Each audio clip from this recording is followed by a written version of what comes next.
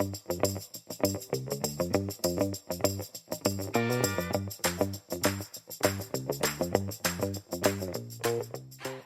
hello everyone, and welcome to Debra and Peter Are Doing a Podcast with me, Peter Wanless, and her, Deborah Alcott-Tyler. Hello.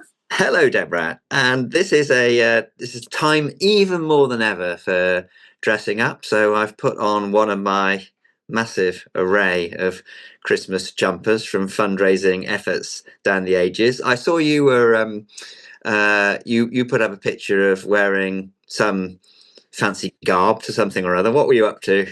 Well, I was off to the Charity Commission's annual meeting up in London, and I got accosted by a woman on the station. So I was wearing a bright pink coat with all sorts of like multicoloured designs on it. And she came and tapped me on the shoulder and then said, you know, can I just tell you, your coat is bringing joy to me and to our fellow travellers, which was just so lovely. And what I was so happy about, Peter, was that she was really young.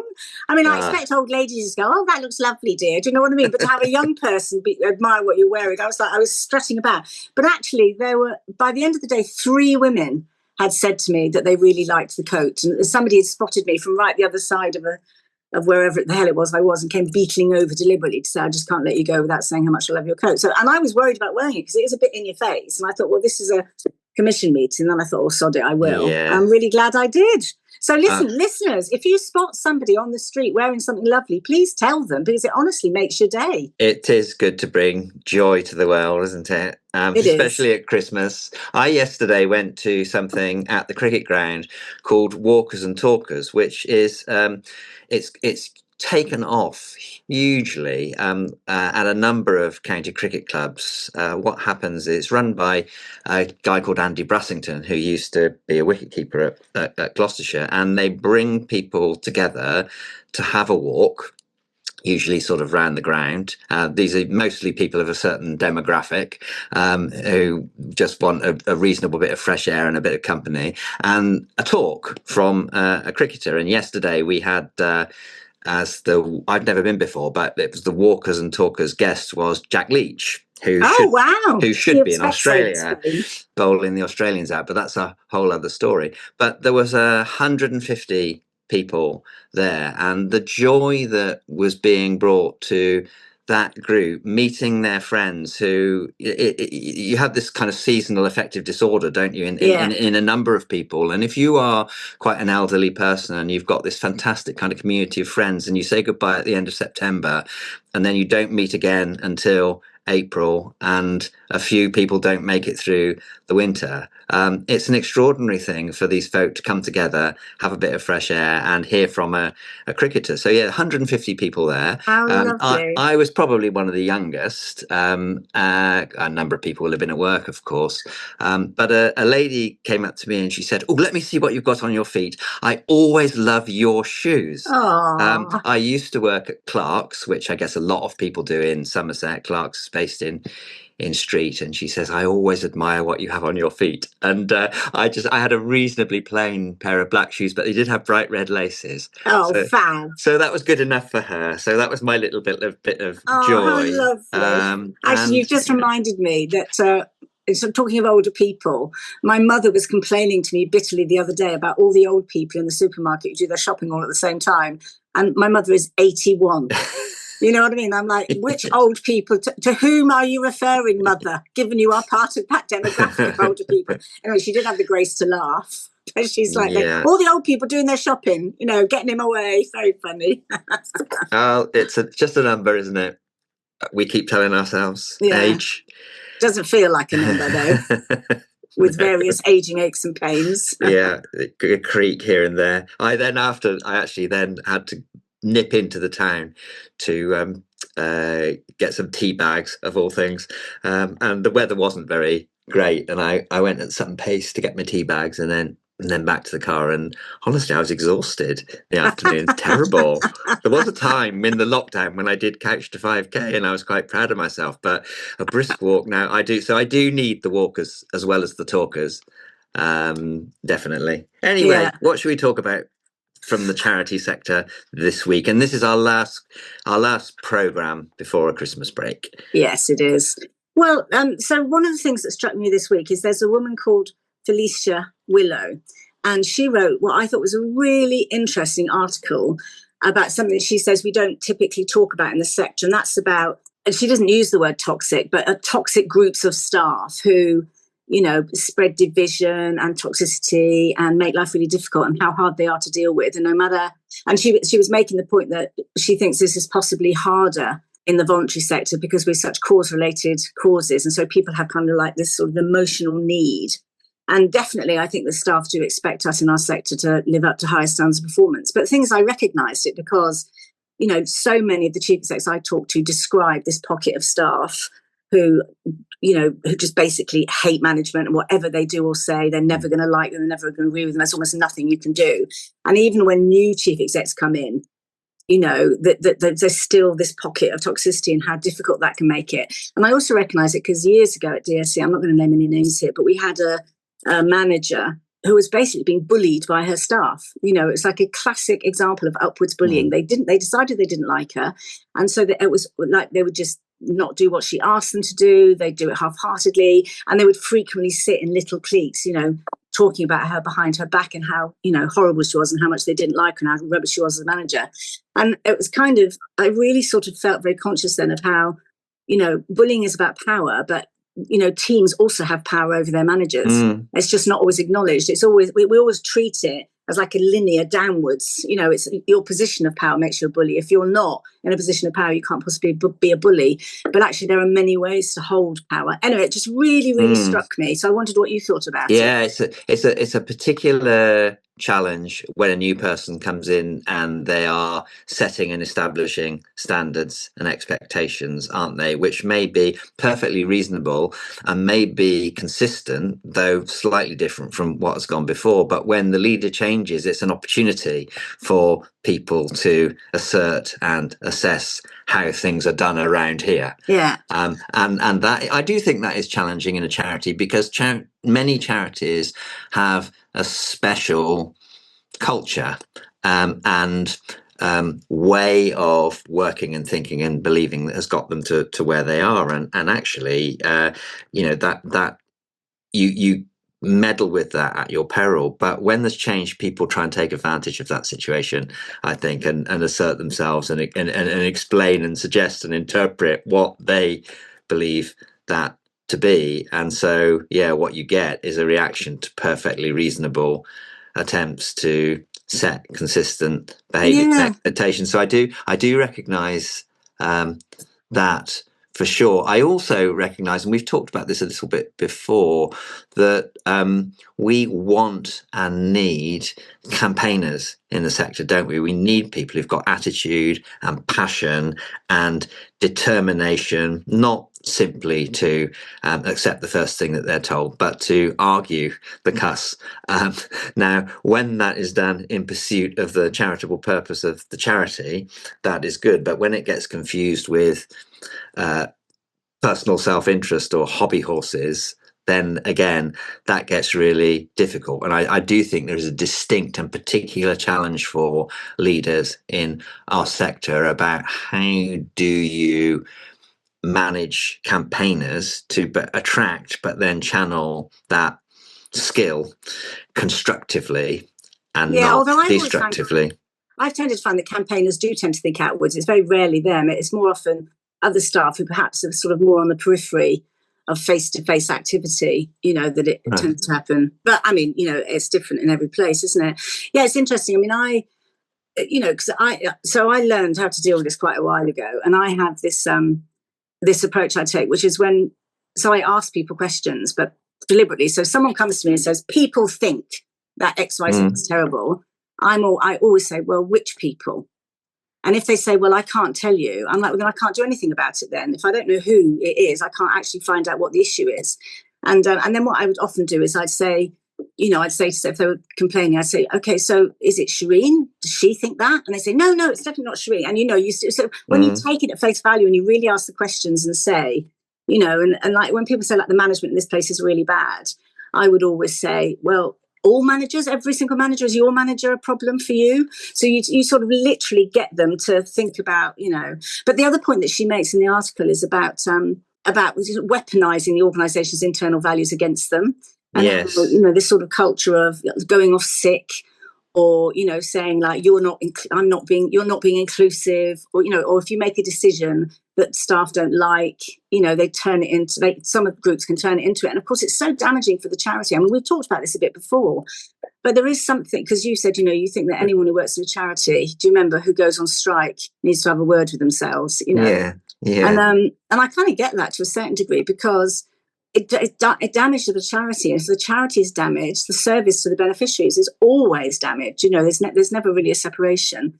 So it's a really tricky thing for leaders to deal with. I mean, she did say she thought we don't talk about it, but actually we do. It's just we talk about it to each other, rather than necessarily in a public space. Yeah, I had a lot of conversations about this, and about grievance processes, and how they can be done swiftly but fairly, and not take up disproportionate amounts of time. And as inclusive organisations, we want our worries and concerns to be heard by our peers and people like us. So quite often in organisations, your grievance will be heard by someone in a larger charity a couple of grades away from you, but out of your management line. And these can be incredibly complicated and difficult and emotionally draining tasks to take on, when your main job is something different. And so I've always gone around that circle a number of times about how can you have a grievance process that is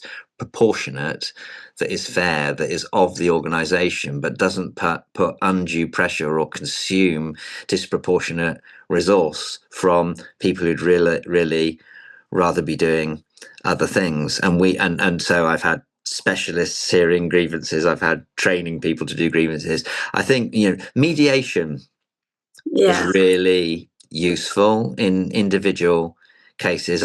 We're slightly going off on a tangent here from the original question about toxic groups of staff who are trying to abrogate power to themselves, into a kind of broader sense of people raising issues, because it's healthy, isn't it, to be able to discuss issues where you think things are not running as optimally as they might. And I certainly remember going into one organisation early on and inviting people to share what their worries or concerns were, and in a huge great room there was absolute deafening silence, and I found that slightly extraordinary. And someone said to me afterwards, well, don't you remember Mao Zedong and people, they had their heads chopped off. I didn't have their head chopped off, but they were punished severely for suggesting that anything was less than perfect. So we want open cultures in which people feel confident to express themselves, but not in a way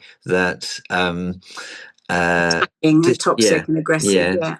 And goes on and on and on, and before you know it, you're spending so much time in these internal debates that you can't get on with doing what you're there to do. Well, it's funny because it's one of the bits of advice, again, I tend to give boards and chief execs about when they're looking at equality and diversity and inclusion and equity in their organizations. And I always say, one of the worst things you can do is do an audit, is go and do a report on what it's like, because it will find bad stuff.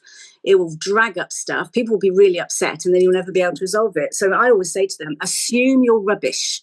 Assume that you are not inclusive, you're not diverse, you're not getting it right. Start from there, and then identify what are the actions that you need to take as an organization to get to a space where you feel like that.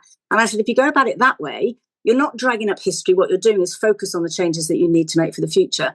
But I also think, that because there's still the case, and I think you can do this whatever size of organisation, but maybe we'll disagree about that. But I think it's still the case that if staff feel involved in decision making, like properly involved, like not we've made a decision and we're pretending to consult you on it, we might tweak a few things, like proper, feeling properly engaged, you tend to get less of it. I mean, we've had toxic groups in DSC over the years, but it's been a long time since we've had them. And I think I partly put that down to the fact that they know everything that's going on.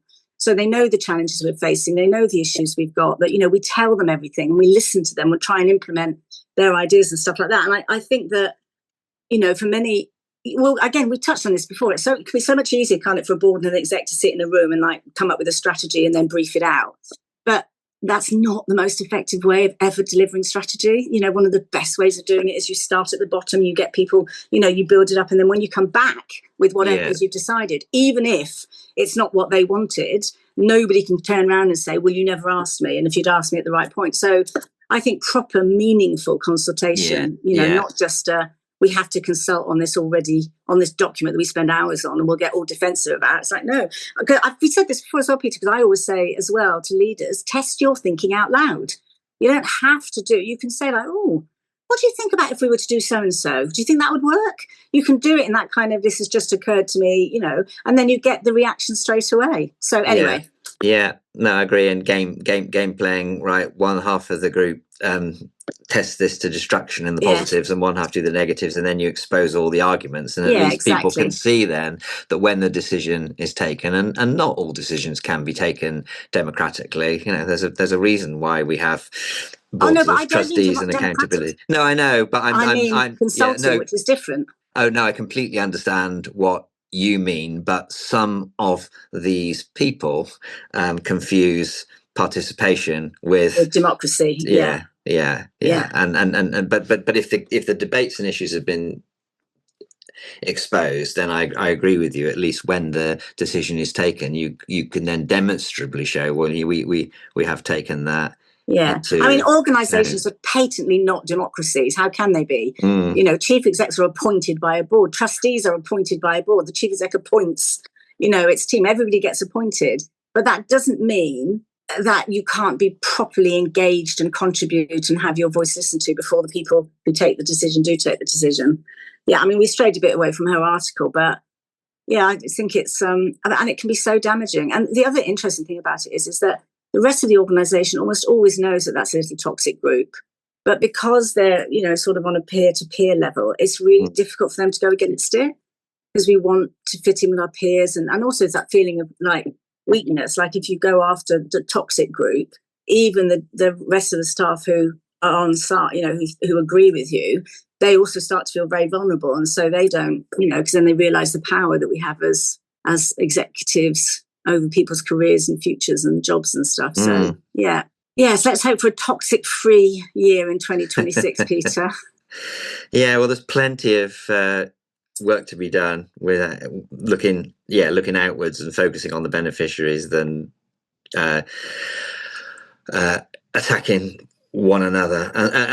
But it is, I think it is in human nature that when people feel under pressure and tense, and then there is a risk that you lash out and find the wrong target. And remembering that we are fundamentally on the same side when it comes to what we're trying to achieve. It's also, people are very human, aren't they? I mean, it's very, you know, very few people think they're not good at their job. Very few people think they're toxic or difficult to work with. You know, it's like, you know, we tend to put the blame on other people. Like, you know, if I'm not performing well, it's because my boss is rubbish. If, you know, people think I'm moaning, it's because, you know, I don't get the proper support. You know, it's like it's harder for human beings to look in the mirror and saying, I am the problem today. And in that meeting, I was the problem. I didn't deal with that well. And I think that's one of the greatest strengths any human being can have, not just a leader, but to be able to look in the mirror and say, I was in a bad mood and I was destructive today, and I need to recognise what I did. I mean, my sister has this wonderful phrase. She talks about being the best or worst version of yourself. And I think that's true. I think if we can help people to understand that it's really okay to admit to yourself and to others that today I was not the best version of myself, but tomorrow I'll bring my A game. It takes away some of the, you know, the anxiety and tension out of it. And I think if as leaders we can say, I wasn't my best self in that meeting. Sorry about that. You know, I'll bring good Debra into work tomorrow, I promise. It kind of gives people permission to also admit to the times when they might have been at fault. I had an example of myself not being the best version of myself the other day when one bit of the council said something was impossible because the other bit of the council had told them it wasn't possible. And it was a problem for the council to sort out. It wasn't my problem. But this poor woman in the one department was conveying to me the message that the computer was saying no. And I started, launching into a debate about one council, and who's the customer here, and who's got the power, and whose responsibility is to sort it. And then I thought, what are you doing? What are you doing? This it's not her fault that she's been put in this disempowered position where she's been given some bad advice, and she was trying to tell me who to talk to, and I thought, well, really, it isn't my responsibility to talk to the person who's giving you bad advice. But do you know what? I shouldn't be.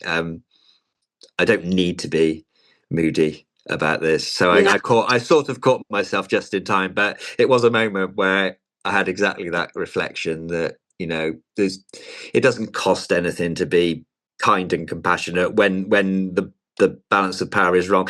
It would be nice to think that there were a way of drawing that issue to the attention of someone with the accountability and responsibility to improve the council's performance in this respect. But it's also about, training people to understand that when people are in anger or distress or frustration, they can, vent. I mean, I remember years and years ago, I was mentoring a young graduate, a young woman who was spending a year's placement working for a housing association. And anyway, we're doing this mentoring session. She came in all outraged one day and said, absolutely terrible. Like, one of my colleagues was dealing with, this woman who, was going to be made homeless, and we couldn't help her. And it wasn't a homeless charity, actually, I think it was a local authority, and we couldn't help her. And she started to get really angry and shouting.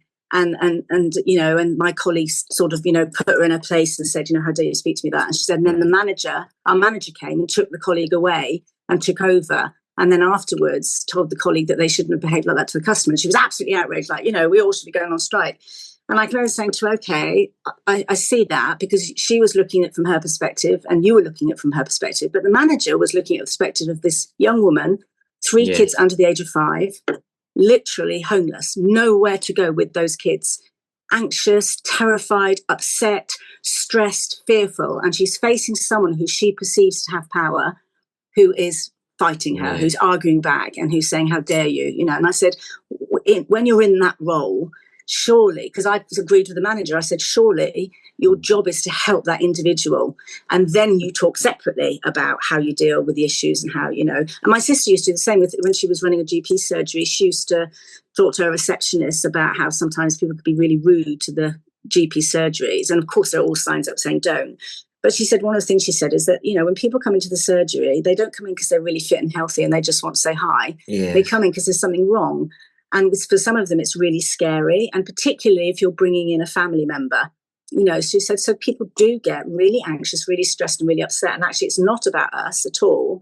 It's about their fear and anxiety. And if we can place it in the right place and not take it personally, it's easier to deal with. And I've always thought that's really good advice. Yeah, because in the end, the legacy that we leave, I think, is how we make people feel, not what we do. And we've been discussing today, some situations where the answer is not to be Mr. or Mrs. Popular and agree with everyone and have everyone say they are lovely, but to be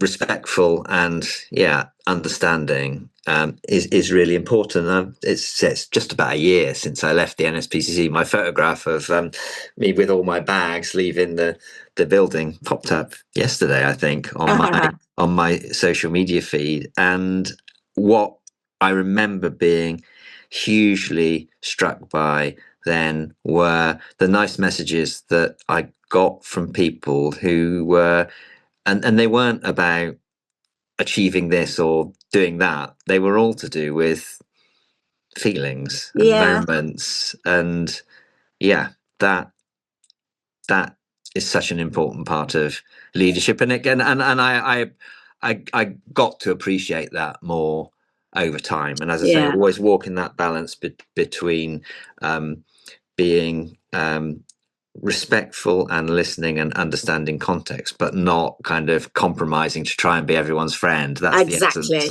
Exactly. And sometimes you have to stand up to those toxic groups. I think it was Maya Angelou who said, what was it she said? Oh, it's gone out of my head. So that just popped into my head when you were saying that. It's popped right out again. No, it's gone. It's gone.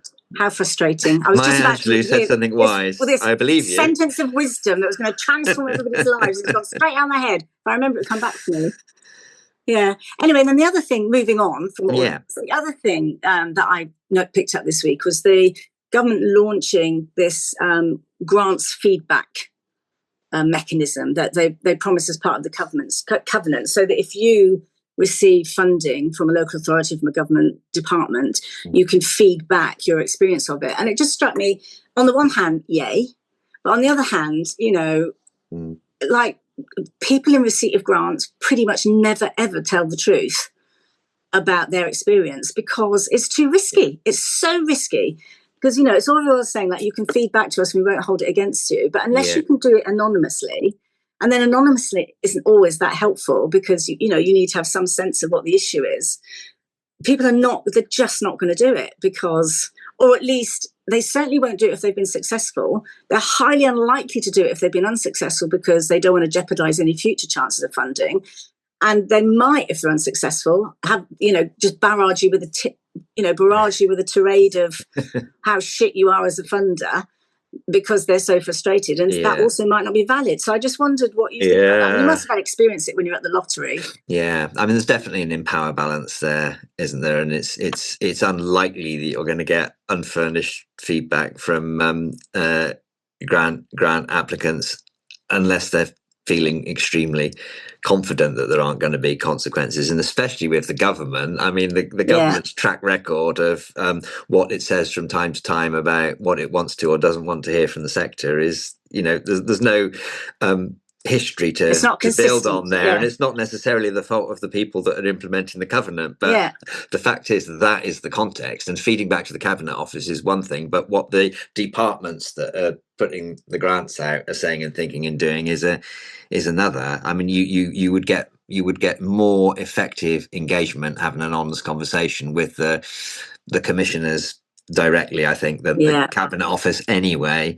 But at the lottery, I used to think that we got really great constructive feedback from grant holders. So when you developed a relationship, you were successful in securing a 3-year grant or a 5-year grant, you then get into a different sort of conversation with your grant officer than you do when you're making an application. And I think over that time, especially if you've got stability in the grant managers, you can develop really rich conversations which benefit both sides. And so both as a recipient of the grant and when I was at the Big Lottery Fund, I think we were good at that, and there was a kind of maturity to the relationships because grant making was absolutely our core business that developed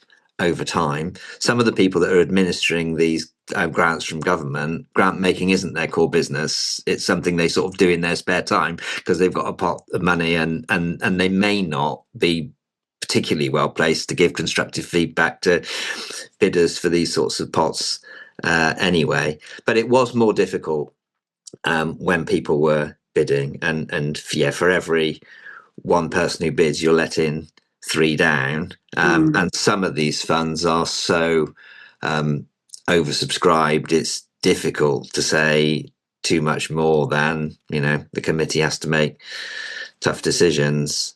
But I don't think, well, it'll need to be watched carefully, I see think. What happens, because it's that, feedback as well is an odd thing. It's a very odd thing. So 2 things that pop into my head. Firstly, with the best will in the world, people do tend to take feedback personally, even if it's framed as constructive. Basically, most feedback, if you're calling it constructive, it usually means you're going to criticize. Yeah. It's like constructive feedback never feels like unfettered praise, does it? Do you know what I mean? So when people say constructive, you pretty much know they're going to say something you're not going to like or not going to want to hear. So that's the first thing, is that people have a tendency to personalize it.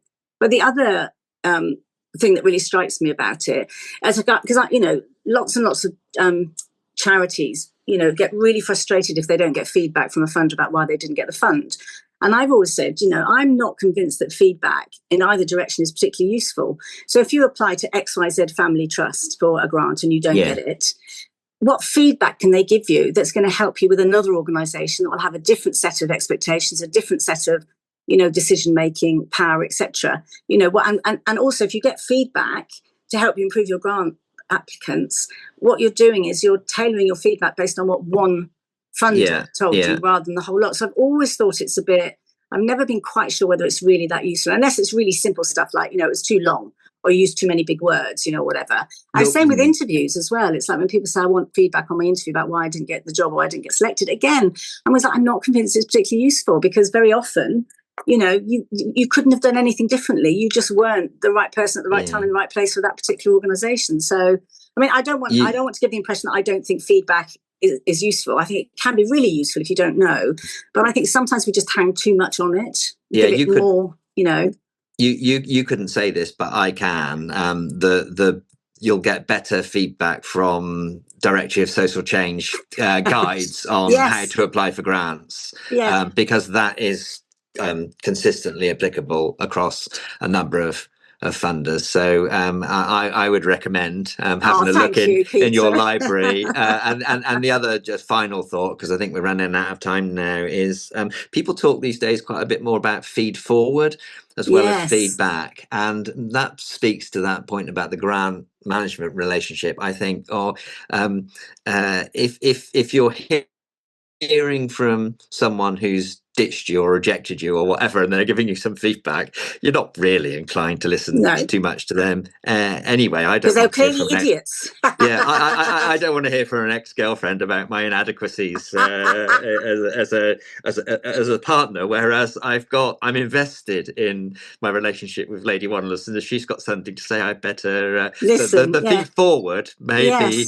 more productive and help me adjust where I go from here. That's a fantastic point to end on, Peter. What a great thought to end the year on. Talk about feeding it forward. I love that. All right. Well, this is it for us this side of Christmas. So I wish all our listeners and viewers happy holidays.